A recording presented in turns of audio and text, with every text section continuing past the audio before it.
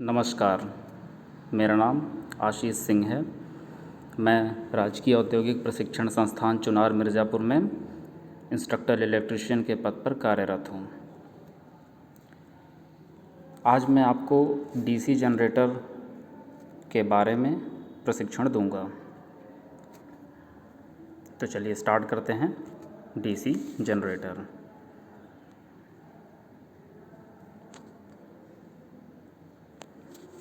आइए इसके कंटेंट्स के बारे में एक बार चर्चा कर लें। डीसी जनरेटर के कंटेंट्स में हम पढ़ने वाले हैं parts of DC generator, working principle of DC generator, Fleming's right hand rule, types of winding used in DC generator, types of DC generator, armature reaction, losses of DC generator, applications of DC generator. तो आइए एक एक करके चर्चा करते हैं इन contents के बारे में।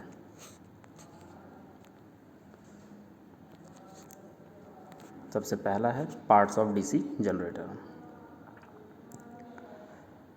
डीसी जनरेटर के पार्ट्स में सबसे पहला आता है योक। अब योक क्या है इसके बारे में आइए चर्चा करें। The outer part of the machine which is made of cast iron और cast steel is known as yoke. It forms the path for the magnetic field flux. इसका मतलब है कि जो मशीन का आउटर पार्ट होता है वो योक कहलाता है, और योक आपका कास्ट आयरन या कास्ट स्टील का बना होता है।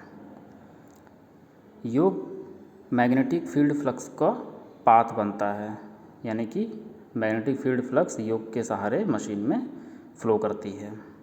नेक्स्ट है field poles. It is made of laminated cast steel और annealed steel and is used to set up the magnetic field. The number of field poles may vary from 2 to 8। चलिए इसका मतलब समझते हैं कि हमारा जो फील्ड पोल्स है वो लेमिनेटेड कास्ट स्टील का बना होता है या एनील्ड स्टील का बना होता है, और इसका इस्तेमाल होता है मैग्नेटिक फील्ड को सेटअप करने के लिए। मैग्नेटिक फील्ड पोल्स की संख्या 2 से 8 हो सकती है। इसी क्रम में आगे चलते हुए अगला हमारा टॉपिक है armature. Armature it is made of laminated silicon steel. It has slots to fit armature coils on it. It has the main function to cut the magnetic flux and to set up EMF in the armature coil. चलिए इसी क्रम में इसके बारे में चर्चा करें। Armature laminated silicon steel का बना होता है। इसमें स्लॉट्स कटे होते हैं जो कि आर्मेचर कॉइल्स को अपने अंदर फिट करते हैं। इनका मेन फंक्शन होता है मैग्नेटिक फ्लक्स को कट करना और ईएमएफ को सेटअप करना। आगे बढ़ते हुए commutator. It is made of hard-drawn copper segments splitted by mica. It has the main function to collect the current from the armature coils and to deliver the DC current at the output terminals with the help of carbon brush. चलिए इसे हिंदी में समझें। Commutator hard drawn copper का बना होता है। ये segments के रूप में होता है और प्रत्येक सेगमेंट माइका के द्वारा सेपरेटेड होता है। इसका मेन फंक्शन है आर्मेचर कॉइल से करंट को कलेक्ट करना और डीसी आउटपुट के रूप में टर्मिनल्स पे भेजना कार्बन ब्रश की सहायता से। चलिए आगे बढ़ते हैं। तो हमारा नेक्स्ट टॉपिक है working principle of DC generator. तो डीसी जनरेटर का सिद्धांत हम पढ़ेंगे। डीसी जनरेटर का सिद्धांत है कि DC generator works on Faraday's law of electromagnetic induction. It states that when a magnetic conductor moves in a magnetic field in such a way that it cuts the magnetic flux, then an EMF is induced in that conductor. Okay, चलिए अब हम इसे सरल भाषा में समझें। DC generator हमारा Faraday law of electromagnetic induction के सिद्धांत पे कार्य करता है। और वो सिद्धांत है कि जब कोई धातु का कंडक्टर किसी मैग्नेटिक फील्ड में इस तरह से मूव करे, इस तरह से घूमे कि वह मैग्नेटिक फ्लक्स को कट करे, तो उस कंडक्टर में एक ईएमएफ पैदा हो जाता है। इसे एक हम समीकरण के रूप में दर्शाते हैं। वो समीकरण है EMF is equal to -N/dφ/dt।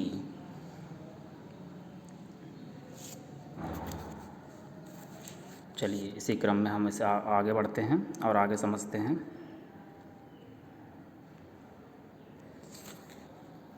तो हमारा नेक्स्ट टॉपिक है फ्लेमिंग्स राइट हैंड रूल। चलिए इसके बारे में समझें। It is use to find out the direction of induced EMF। इसका मतलब है कि फ्लेमिंग्स राइट हैंड रूल का इस्तेमाल हम इंड्यूस्ड EMF की डायरेक्शन को पता करने के लिए करते हैं। फ्लेमिंग्स राइट हैंड रूल का कहना है कि if the fingers of the right hand is separated in such A way that thumb, first finger and the middle finger are placed placed at perpendicular to each other, and if the thumb represents direction of movement of conductor, first finger represents the direction of magnetic field, then the middle finger will represent the induced EMF in the armature coils। चलिए इसे अब हम सरल भाषा में समझें। Fleming's right hand rule कहता है कि हम अपने दाहिने हाथ की हथेली के फिंगर्स में थंब को, फर्स्ट फिंगर को और मिडिल फिंगर को परपेंडिकुलर रखते हैं।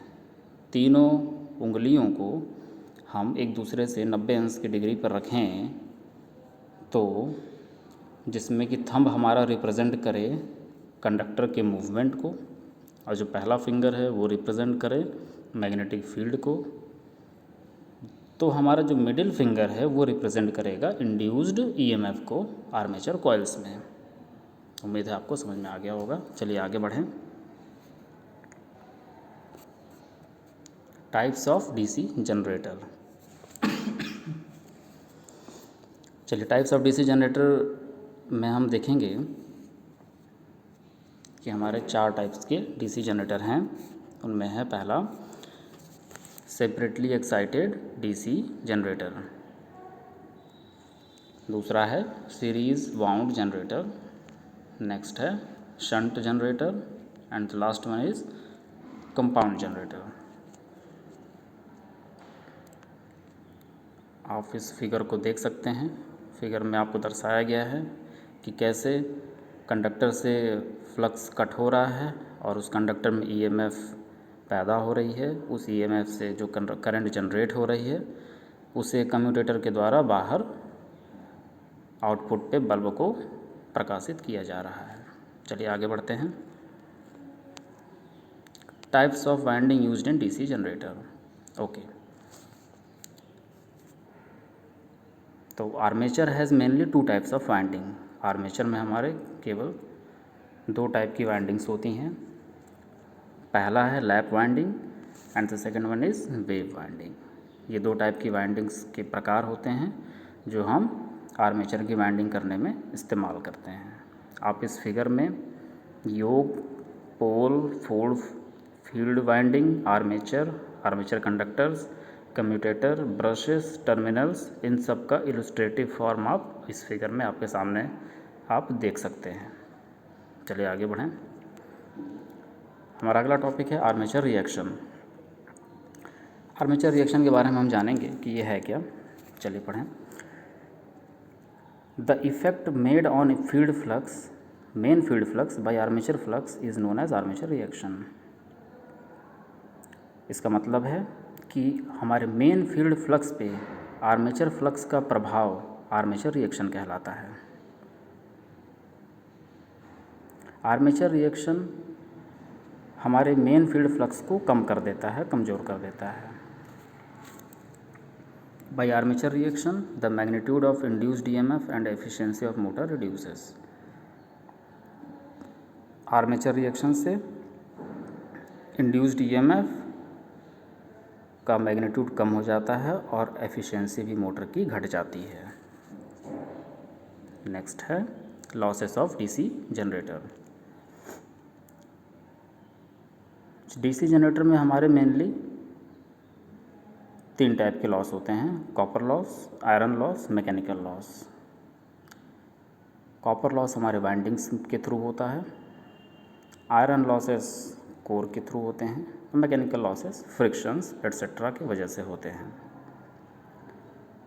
कॉपर लॉसेस को हम वेरिएबल लॉस भी कहते हैं, आयरन लॉस को हम फिक्स लॉसेस कहते हैं। आयरन लॉस को हमने फर्दर डिवाइड किया है हिस्टैरिसीस लॉस में और एडी करंट लॉस में। Next one is application of DC generator. अब हम डीसी जनरेटर के उपयोग के बारे में समझेंगे। डीसी जनरेटर का उपयोग हम करते हैं इलेक्ट्रिकल डीसी वेल्डिंग में। डीसी वेल्डिंग में हम डीसी जनरेटर का उपयोग करते हैं। अगला उपयोग है power control in ward Leonard system of motor speed torque control. Ward Leonard system में मोटर की स्पीड कंट्रोल करने के लिए और टॉर्क कंट्रोल करने के लिए भी हम डीसी जनरेटर का उपयोग करते हैं। Power generation for local areas and automobiles, electrical trains and trams. Local areas automobiles में पावर जनरेशन में इस्तेमाल होता है, इलेक्ट्रिक ट्रेन्स में यूज़ करते हैं, ट्राम्स में यूज़ करते हैं। डीसी जनरेटर का उपयोग हम बैटरी चार्जिंग में भी करते हैं और डीसी जनरेटर का यूज़ हम इलेक्ट्रोकेमिस्ट्री में भी करते हैं विभिन्न एक्सपेरिमेंट्स में। अंत में मैं आप लोगों का आभार व्यक्त करता हूं और थैंक यू कहता हूं। आप लोगों ने पेशेंस के साथ मेरा वीडियो देखा। Thank you so much.